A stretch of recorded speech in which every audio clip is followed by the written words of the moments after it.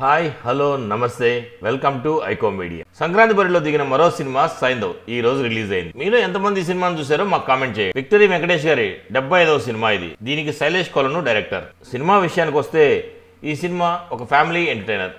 తన ఫ్యామిలీతో ప్రశాంతంగా జీవితం గడిపే ఒక ఆర్డినరీ మ్యాన్ స్టోరీ. సినిమా కథ ఏంటి అనేది డైరెక్టర్ గారు ట్రైలర్లోనే చెప్పేశారు.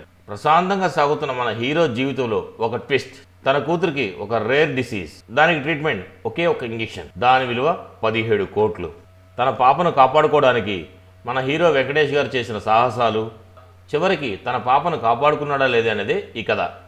వెంకటేష్ గారిని స్క్రీన్ మీద చాలా రోజుల తర్వాత యాంగ్రీ యంగ్మెన్గా చూసాం.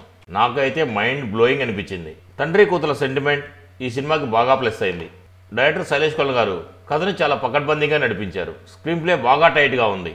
కొన్ని సీన్లు మనం గెస్ చేయగలిగినప్పటికీ బోరు కొట్టకుండా చాలా స్మూత్గా వెళ్ళింది. ఇక సినిమాలో మన హైలైట్ గురించి చెప్పుకోవాలంటే నవాజుద్దీన్ సిద్దికీ. తన పర్ఫార్మెన్స్ పీక్ అంటే పీక్ అనుకోండి. అంతేకాకుండా డబ్బింగ్ కూడా తనే చెప్పుకోవడం వల్ల సోల్ ఎక్కడా మిస్ అవ్వలేదు.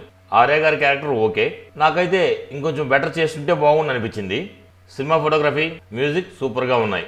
వెంకటేష్ ఫ్యాన్స్కి మాత్రం ఇది ఫెస్టివల్ ట్రీట్ అనే చెప్పొచ్చు. సంక్రాంతికి కంప్లీట్ ఫ్యామిలీ ఎంటర్టైనర్గా ఈ సినిమా నిలబడింది. మా వీడియో కనుక మీకు నచ్చినట్లయితే మా ఛానల్ సబ్స్క్రైబ్ చేసుకోండి, లైక్ చేయండి, షేర్ చేయండి. మరో వీడియోలో మళ్ళీ కలుస్తాను. Thank you, bye bye.